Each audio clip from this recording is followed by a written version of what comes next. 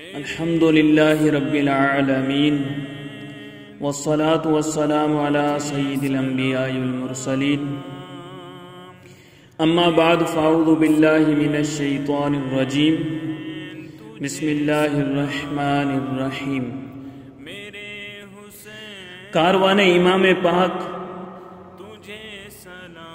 چلتا رہا غرض آپ چلتے چلتے اسی میدان میں بتاریخ 2 محرم 61 سنہ ہجری بروز جمعرات میں اپنے اصحاب اور اہل و عیال خیمہ زن ہوئے۔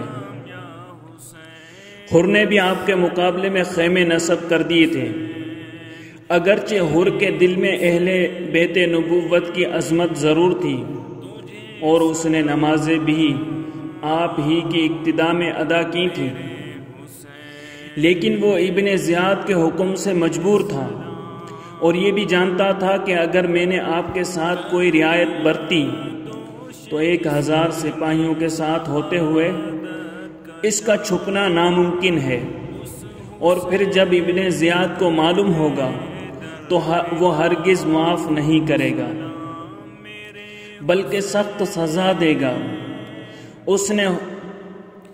اس لیے حر ابن زیاد کے حکم پر برابر عمل کرتا رہا۔ اگرچہ بعض کتب میں یہ بھی آیا ہے کہ حر نے بمقتضائے سعادت ازلیہ آپ سے خفیہ طور پر مل کر بطریق خیرخواہی کہا کہ ابن زیاد کی کثیر فوج آ رہی ہے، لہذا مصلحت یہ ہے کہ آپ رات کے اندھیرے میں یہاں سے کوچ کر جائیں، میں آپ کا تعاقب نہیں کروں گا اور پھر جو بھی مجھ پر گزرے گی میں برداشت کر لوں گا۔ چنانچہ امام پاک نے میں اپنے رفقا رات بھر سفر کیا، لیکن اگلی صبح اپنے آپ کو اسی مقام پر پایا جہاں سے وہ چلے تھے۔ یہ کیفیت اور اس دشت و بیاباں کی اداس مغموم فضا کو دیکھ کر آپ نے پوچھا، اس جگہ کا نام کیا ہے؟ لوگوں نے کہا اس کو کربلا کہتے ہیں۔ جو ہی آپ نے لفظ کربلا سنا فرمایا، یہ مقام کرب و بلا ہے، یہی ہمارے مال و اسباب کے اترنے اور ہمارے اونٹوں کے بیٹھنے کی جگہ ہے اور ہمارے آوان و انصار کا مقتل ہے۔ دشمن یہاں پہ خون ہمارا بہائیں گے، زندہ یہاں سے ہم نہ کبھی پھر کے جائیں گے۔ آل نبی کا ہوگا اسی جا پہ امتحان، سب تشنا لب یہاں پہ سر اپنا کٹائیں گے۔ کرب و بلا ہے نام اس سرزمین کا، بچے یہاں پہ پانی کا قطرہ نہ پائیں گے۔ ہوگا ہر ایک شہید یہاں پہ مصطفیٰ کا لعل، اور لاش قتل گاہ سے ہم سب کی لائیں گے۔ اس درد انگیز کلام کو سن کر آپ کے فرزند ارجمند حضرت علی اکبر نے عرض کی، ابا جان یہ آپ کیا فرما رہے ہیں؟ فرمایا، جان پیدر، جب تمہارے جد امجد حضرت علی مرتضی شیر خدا کرم اللہ تعالی وجہ الکریم جنگ صفین سے واپس ہوئے تھے تو اس مقام پر انہوں نے فرمایا تھا کہ اس جنگل میں میرا نور نظر لخت جگر حسین انتہائی بے کسی کے عالم میں شہید کر دیا جائے گا۔ پھر انہوں نے مجھ سے پوچھا تھا کہ بیٹا تم اس وقت کیا کرو گے؟ میں نے عرض کیا تھا کہ صبر کروں گا۔ انہوں نے فرمایا تھا کہ ہاں صبر ہی کرنا، اس لیے کہ انما توفی الصابرون اجرهم بغیر حساب، صابروں کے لیے بے حد و حساب اجر و ثواب ہے۔ جب بسلسلہ انصاب خیام زمین پر میخ گاڑتے تھے تو وہاں سے تازہ خون نکل آتا تھا۔ یہ کیفیت دیکھ کر آپ کے ہمشیرہ حضرت سیدہ زینب رضی اللہ تعالی عنہا نے کہا، بھائی یہ تو خونی زمین ہے، یہاں میرا دل گھبراتا ہے۔ آپ نے فرمایا راضی برضائے الہی ہو کر یہیں اترو۔ یہی مقام شہداء اور وعدے کی جگہ ہے، اور ہمیں ہر حالت میں صبر لازم ہے۔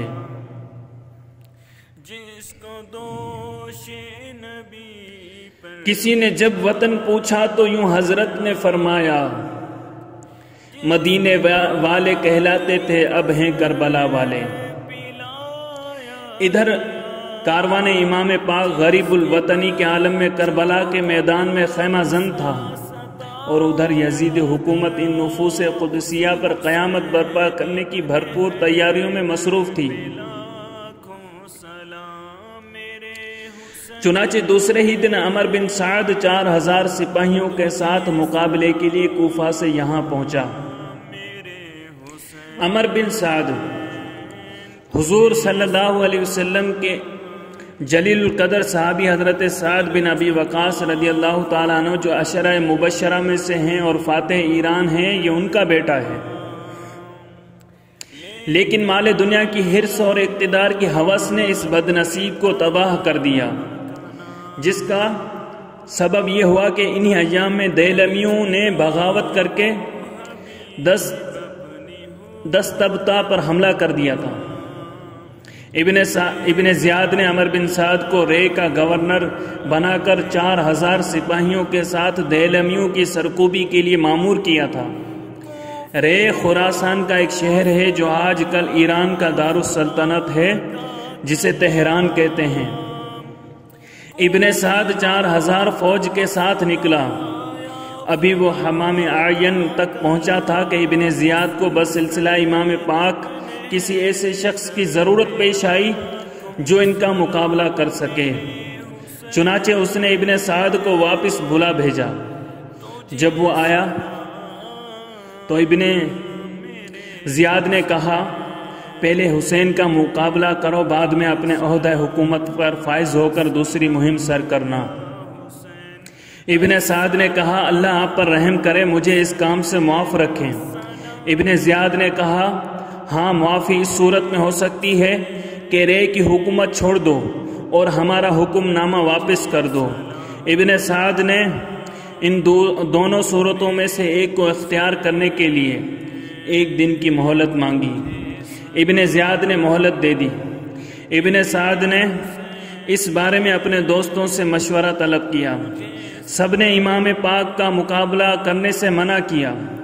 جب حمزہ بن مغیرہ بن شعبہ ابن سعد کے بھانجے کو معلوم ہوا تو انہوں نے آ کر کہا، اے ماموں، میں تجھے اللہ کا واسطہ دیتا ہوں کہ حسین کے مقابلے کے لیے جا کر اپنے رب کی معصیت اور قطع رحم کا مرتکب نہ ہونا۔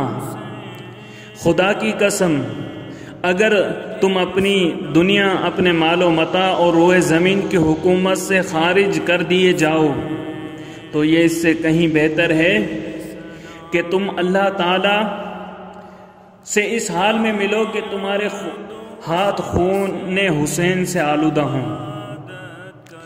ابن سعد نے کہا، انشاءاللہ میں مشورے کے مطابق ہی کروں گا۔ ابن سعد رات بھر اس معاملے پر غور کرتا رہا اور یہ اشعار پڑھتا رہا، کیا میں رے کی حکومت چھوڑ دوں؟ اور رے تو مجھے مرغوب ہے، یا حسین کے مقابلے یا حسین کے قتل سے مذموم ہو کر واپس آؤں؟ ان کے قتل کی سزا وہ آگ ہوگی جس کے آگے کوئی حجاب نہ ہوگا، اور رے کی حکومت میں میری آنکھوں کی ٹھنڈک ہے۔ عبداللہ بن یسار جوہنی فرماتے ہیں کہ جب عمر بن سعد کو حضرت حسین کے مقابلے کے لیے جانے کا حکم ملا تو میں اس کے پاس گیا۔ اس نے مجھ سے کہا کہ امیر نے مجھے حسین کے مقابلے میں جانے کا حکم دیا تھا اور میں نے انکار کر دیا ہے۔ میں نے اس سے کہا، اللہ نے تجھ سے بہت اچھا کام کروایا، اللہ تجھے نیک ہدایت دے، ایسا ہرگز نہ کرنا اور ان کے مقابلے کے لیے قطعاً نہ جانا۔ یہ کہہ کر میں اس کے پاس سے چلا آیا۔ پھر مجھے کسی نے آ کر بتایا کہ ابن سعد تو حسین کے مقابلے کے لیے لوگوں کو بھڑکا رہا ہے۔ یہ سن کر میں دوبارہ اس کے پاس گیا تو اس نے مجھے دیکھ کر اپنا منہ پھیر لیا۔ میں سمجھ گیا کہ اب اس نے ان کے مقابلے پر جانے کا مصمم ارادہ کر لیا ہے۔ میں واپس آ گیا۔ ابن سعد ابن زیاد کے پاس آیا اور کہا کہ آپ نے میرے لیے رے کی حکومت کا فرمان لکھ دیا ہے اور لوگوں کو بھی معلوم ہو چکا ہے، لہٰذا اس کا نفاذ کر دیجئے اور حسین کے مقابلے کے لیے فلاں فلاں اشراف کوفہ کو میرے ساتھ بھیج دیجئے۔ ابن زیاد نے کہا اپنے ارادے میں تمہارے کسی حکم کا ہرگز پابند نہیں ہوں کہ جن کو تم کہو انہی کو بھیجوں۔ اگر تم ہمارے لشکر کے ساتھ جانے کے لیے تیار ہو تو بتاؤ، ورنہ ہمارا فرمان واپس کر دو۔ ابن سعد نے کہا اچھا میں جاتا ہوں۔ چنانچہ ابن سعد 3 محرم 61 سن ہجری کو 4000 فوج کے ساتھ امام پاک کے مقابلے میں کربلا پہنچا۔ جب کسی انسان کے اندر حرص و طمع کی برائی پیدا ہو جاتی ہے تو وہ عدل و انصاف، صبر و توکل اور قناعت جیسی صفات حسنہ سے محروم ہو جاتا ہے۔ پھر اس میں ایسے مذموم جذبات پیدا ہو جاتے ہیں کہ وہ جائز و ناجائز اور حلال و حرام کو نہیں دیکھتا، بلکہ بعض مرتبہ یہی جذبہ حرص دوسرے کی ناحق جان و مال لینے کا مرتکب بنا دیتا ہے۔ چنانچہ حضور سید عالم صلی اللہ علیہ وسلم نے فرمایا حرص و طمع سے بچو، کیونکہ اسی نے تم سے پہلے لوگوں کو ہلاک کیا، اسی نے ان کو خون ریزی پر ابھارا اور اسی نے حرام کو حلال بنایا۔ ایک اور روایت میں ہے کہ نبی پاک صلی اللہ علیہ وسلم نے فرمایا کہ 2 بھوکے بھیڑیے جو بکریوں کے جھنڈ میں چھوڑ دیے جائیں وہ ان کو اتنا برباد نہیں کرتے جتنی مال و جاہ کی حرص انسان کے دین و ایمان کو برباد کر دیتی ہے۔ اے ابن سعد، رے کی حکومت تو کیا ملی، ظلم و جفا کی جلد ہی تجھ کو سزا ملی۔ دنیا پرست و دین سے منہ موڑ کے تمہیں دنیا ملی نہ عیش و طرب کی ہوا ملی، رسوائے خلق ہو گئے برباد ہو گئے، مردودو تم کو ذلت ہرد و سرا ملی۔ تم نے اجاڑا حضرت زہرا کا بوستان، اب دیکھنا جہیم میں جس دم سزا ملی۔ کربلا میں پہنچ کر ابن سعد نے عرضہ بن قیس احمسی کو حکم دیا کہ حسین کے پاس جا کر ان سے پوچھو کہ وہ یہاں کیوں آئے ہیں اور کیا چاہتے ہیں۔ لیکن عرضہ ان لوگوں میں سے تھا جنہوں نے آپ کو خطوط لکھ کر بلایا تھا، اس لیے اس کو آپ کے پاس جاتے ہوئے غیرت و شرم محسوس ہوئی، اس نے انکار کر دیا۔ ابن سعد لشکر کے دوسرے رئیس لوگوں میں سے جس کو اس کام کے لیے کہتا وہ یہ کہہ کر انکار کر دیتا کہ میں بھی بلانے والوں میں سے ہوں، کس منہ سے ان کے سامنے جاؤں۔ اس سے ثابت ہوا کہ جن لوگوں نے محبت کے بلند بانگ دعوے کر کے بلایا تھا وہی یزیدی حکومت کے ساتھ مل کر آپ کے مقابلے میں برائے جنگ آ گئے تھے، کیونکہ ان کو بڑی بڑی رشوتیں مل چکی تھیں اور یہ گزشتہ بیان میں گزر چکا ہے۔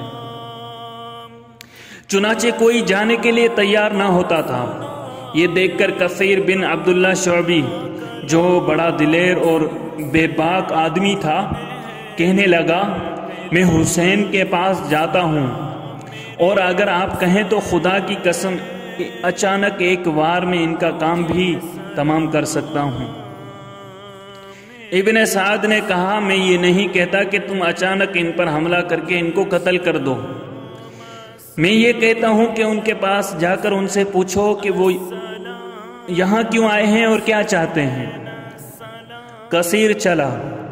ابو ثمامہ ساعدی نے اسے آتے دیکھ کر امام پاک سے کہا اے ابو عبداللہ، اللہ آپ کا بھلا کرے، آپ کے پاس دنیا بھر کا شریر ترین اور خون ریز شخص آ رہا ہے۔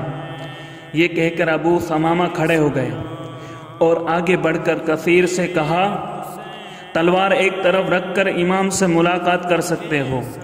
اس نے کہا خدا کی قسم یہ ہرگز نہیں ہو سکتا، میں بحیثیت قاصد ایک پیغام لایا ہوں، اگر سن لوگے تو ٹھیک ورنہ واپس چلا جاؤں گا۔ ابو ثمامہ نے کہا اچھا، اگر تم تلوار نہیں رکھتے تو میں تمہاری تلوار کے قبضے پر ہاتھ رکھے رہوں گا، تم ان سے پیغام کہہ لینا۔ اس نے کہا واللہ یہ بھی نہیں ہوگا، تم میری تلوار کے قبضے کو ہاتھ بھی نہیں لگا سکتے۔ ابو ثمامہ نے کہا اچھا، جو پیغام ہے وہ مجھ سے کہہ دو، میں ان تک پہنچا دوں گا، مگر میں تمہیں اس طرح ان کے قریب نہیں جانے دوں گا، کیونکہ تم ایک شریر انسان ہو۔ دونوں کے درمیان بد کلامی ہوئی اور وہ پیغام پہنچائے بغیر واپس چلا گیا اور ابن سعد سے حال بیان کر دیا۔ اس کے بعد ابن سعد نے قرہ بن قیس حنظلی کو بلا کر کہا کہ تم یہ کام کرو۔ وہ چلا۔ اس کو آتے دیکھ کر امام پاک نے اپنے انصار سے پوچھا اس شخص کو پہچانتے ہو؟ حبیب ابن مظاہر نے کہا ہاں میں اسے جانتا ہوں، یہ بنی حنظلہ سے ہے اور تمیمی ہے اور ہماری بہن کا بیٹا ہے، میں تو اس کو خوش عقیدہ سمجھتا تھا، تعجب ہے کہ یہ بھی دشمنوں کے ساتھ یہاں آیا ہوا ہے۔ اتنے میں قرہ آ پہنچا، اس نے آ کر آپ کو سلام کیا اور ابن سعد کا پیغام پہنچایا۔ آپ نے جواب دیا کہ تمہارے شہر کوفہ کے لوگوں نے مجھے خطوط لکھ کر بلایا ہے، اب اگر میرا آنا انہیں ناپسند ہے تو میں واپس چلا جاتا ہوں۔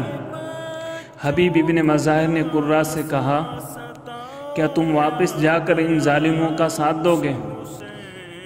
ان کی مدد کر جن کے بزرگوں کی بدولت اللہ نے تمہیں اور تجھے، ہمیں اور تجھے عزت ایمان عطا فرمائی ہے۔ قرہ نے کہا میں جس کے ساتھ ہوں اسے اس کے پیغام کا جواب ضرور پہنچاؤں گا، اس کے بعد دیکھوں گا مجھے کیا کرنا ہے۔ قرہ نے ابن سعد کو امام پاک کا جواب سنا دیا۔ جواب سن کر ابن سعد نے کہا امید تو ہے کہ اللہ مجھے حسین کے ساتھ جنگ کرنے سے بچا لے گا۔ چنانچہ اس نے ابن زیاد کو اپنا سوال اور امام کا جواب لکھ کر بھیجا۔ ابن سعد کا خیال تھا کہ اس مصالحانہ تحریر سے شاید کوئی صلح وغیرہ کی صورت پیدا ہو جائے اور میں اس ظلم سے بچ جاؤں، مگر بدنصیبی اس کا مقدر بن چکی تھی۔ چنانچہ ابن زیاد نے اس تحریر کو پڑھ کر یہ شعر لکھا، اب جب کہ ہمارے پنجوں نے اسے جکڑ لیا ہے تو نکلنا چاہتا ہے، حالانکہ اب کوئی جائے فرار نہیں۔